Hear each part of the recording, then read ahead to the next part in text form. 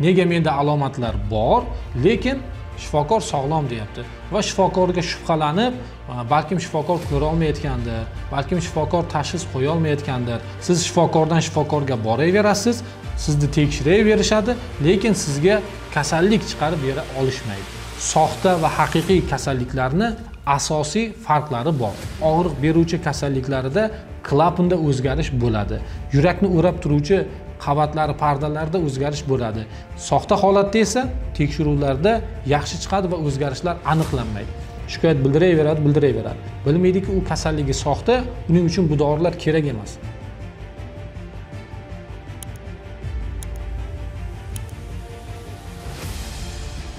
Sizni tanangizda qandaydir shikoyatlar boshlanyapti. Aytaylik, og'riq yoki boshqa a'zolarda boshqa belgilar kuzatilyapti va siz shifokorga borib tekshiruvdan o'tganingizdan keyin shifokor sizni tekshirib ko'ryapti-da, yo'q, sog'lom ekansiz, kasallik yo'q ekan deb aytayapti. Va siz hayron bo'lasiz. Nega menda alomatlar bor, lekin shifokor sog'lom deyapti va shifokorga shubhalanib, balkim shifokor ko'ra olmayotgandir, balkim shifokor tashxis qo'ya olmayotgandir, noto'g'ri tekshirgandir deb o'ylashingiz ham mumkin.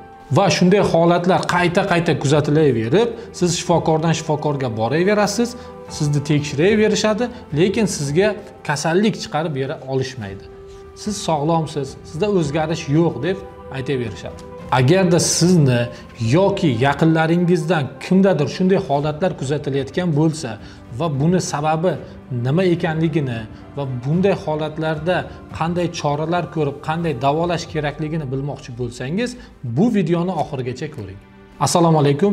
Men doktor Akbar Azamovich, 9 yillik tajribaga ega bo'lgan kardiolog terapevtman va Hilolmed klinikasining asoschilaridan biriman. Biz tajribamiz davomida klinikamizda kardiologik, terapevtik, endokrinologik, nevrologik, neyropsixologik, revmatologik va boshqa ko'plab xildagi kasalliklarni davolab kelyapmiz.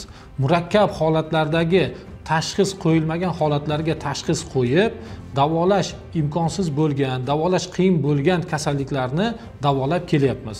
Siz Hilolmed klinikasining YouTube kanalida ko'plab shu yo'nalishdagi kasalliklar haqida, ularni kelib chiqish sabablari, davolash usullari, profilaktika choralariga aloqador bo'lgan videolarni ko'rishingiz mumkin. Kanalni yo'qotib qo'ymaslik uchun obuna bo'lishni unutmang. Endi soxta kasalliklar bilan haqiqiy kasalliklarni farqlaymiz. Insonlarda kuzatilayotgan har qanday kasalliklar ikkita katta guruhga bo'linadi. Ya'ni haqiqiy organik kasalliklar va soxta funksional kasalliklar. Ikkala holatda davolash choralari, diagnostika choralari va olib borish taktikasi va bu kasalliklardan qutulish yo'llari ham ikki xil bo'ladi. Ayrim holatlarda kasallik surunkali davom etib, doimiy davolanishni talab qilsa, ikkinchi holatda kasallik tuzatilib, yo'q bo'lib ketishi mumkin. Lekin soxta va haqiqiy kasalliklarni belgilari bir-biriga juda ham o'xshash va bir xil bo'lishi mumkin. Shuning uchun odatda bemorlar va ayrim holatlarda ba'zi shifokorlar ham soxta va haqiqiy kasalliklarni bir-biridan ajrata olmasligi mumkin. Aytaylik, yurak sohasida og'riq kuzatilyapti va bu og'riqni ayrim holatlarda stenokardiya kasalligi, miokard infarktiga o'xshatib shunday tashxis qo'yilishiga olib kelishi mumkin. Lekin aslida tekshirib ko'rilsa, miokard infarkti bo'lmaydi yoki stenokardiya kuzatilmaydi. Yoki aksincha, oshqozon sohasida og'riqlar kuzatiladi va oshqozon kasalligi deb gumon qilinadi. Tekshiruvlar o'tkazilganda esa bunda ham oshqozon sog'lomligi aniqlanadi. E'tibor berayotgan bo'lsangiz, soxta va haqiqiy kasalliklarni asosiy farqlari bor. Birinchi farqi bu, soxta kasalliklarni tekshirganimizda a'zolar sog'lom chiqadi. Ya'ni ularni tekshiruv davomida UZI tekshiruvi qilinsa ham, qon tahlillarida ham, kompyuter tomografiya tekshiruvlarida va boshqa biopsik tekshiruvlarda ham sog'lom chiqadi va shifokorlar bu xulosalarni ko'rib, o'zgarish yo'q ekan, shu a'zoyingiz sog'lom ekan degan xulosani beradi. Organik, ya'ni haqiqiy kasalliklarda esa tekshiruvlarning natijasida va xulosasida aynan a'zoga tegishli bo'lgan o'zgarishlar aniqlanadi. Ya'ni a'zo fizik jihatdan o'zgaradi. aytaylik, yurakning og'riq beruvchi kasalliklarida klapanda o'zgarish bo'ladi. Yurakni o'rab turuvchi qavatlari, pardalarda o'zgarish bo'ladi yoki yurakni qon bilan ta'minlaydigan qon tomirida o'zgarishlar bo'ladi va bu o'zgarishlar tekshiruvlarda ko'rinadi. Soxta holatda esa tekshiruvlarda yaxshi chiqadi va o'zgarishlar aniqlanmaydi.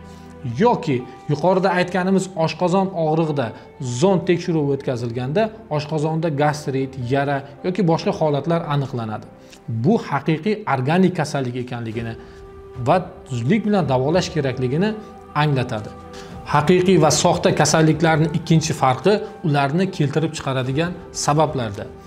Ya'ni soxta kasalliklarni ko'p holatlarda gormonal buzilishlar, turli xildagi stresslar, nevrologik kasalliklar, depressiya, qo'rquv, vahima kabi holatlar keltirib chiqaradi. Haqiqiy organik kasalliklarni esa organizmdagi turli xildagi metabolik buzilishlar, shikastlanishlar, zararli odatlar, kasallikka olib keluvchi faktorlar, zararli faktorlar keltirib chiqaradi. Masalan, yurakning soxta og'riqlarida bemorda turli xildagi stresslar kuzatilgan, gormonal o'zgarishlar sodir bo'lgan bo'lishi mumkin. Haqiqiy organik kasalliklarda esa bunday bemorlar semiz, kam harakat, qandli diabeti bor, qon bosimi oshadigan bemorlar bo'ladi. Soxta va haqiqiy kasalliklarning uchinchi farqi bu aynan o'sha to'qimadagi jarayonlarning buzilishiga bog'liq. Ya'ni soxta kasalliklarda a'zoning faqat funksiyasi, vazifasi buziladi. A'zoni o'zida tuzilish jihatdan, fizik jihatdan o'zgarish kuzatilmaydi. Organik kasalliklarda esa a'zoda organik, ya'ni fizik jihatdan o'zgarish kuzatilib, a'zoni qaysidir qismi katta, kichkina, tor, keng shu kabi o'zgarishlarga uchraydi. Va bu ham organik o'zgarishiga va ham funksional o'zgarishiga olib kelishi mumkin. Odatda haqiqiy kasalliklarda avval a'zoda fizik, organik o'zgarish paydo bo'lib, keyinchalik vaqt o'tgandan keyin funksional, ya'ni vazifaviy jihatdan o'zgarishlar paydo bo'ladi. Funksional soxta kasalliklarda esa avvalo a'zoning vazifasini buzilishlari kuzatiladi, tuzilishida buzilishlar umuman bo'lmaydi. To'rtinchi farqi bu davolashda farqi, ya'ni soxta kasalliklarda biz boyagi gormonal o'zgarishlarni, nevrologik o'zgarishlarni to'g'rilab davolasak, haqiqiy organik kasalliklarda a'zodagi o'zgarishni, ya'ni boyagi buzilish joyini, kaltak, tor, qo'shilib qolgan boshqa joylarini fizik jihatdan to'g'rilashimiz kerak bo'ladi. Funksional kasalliklarni odatda dori-darmonlar bilan medikamentoz o'sha davolasak, haqiqiy kasalliklarni ayrim holatlarda o'sha operatsion, jarrohlik usullari bilan davolashga to'g'ri keladi. Ketishi jihatdan soxta kasalliklar odatda yaxshi bo'lib tuzalib ketadi. Haqiqiy organik kasalliklar darajasi, og'irligiga qarab davomiyligi farq qiladi. Lekin bitta yana xavfli tomoni bor. Nima xavfli tomoni? Ayrim holatlarda soxta kasalliklarni organik kasalliklar bilan adashtirib qo'yishadi.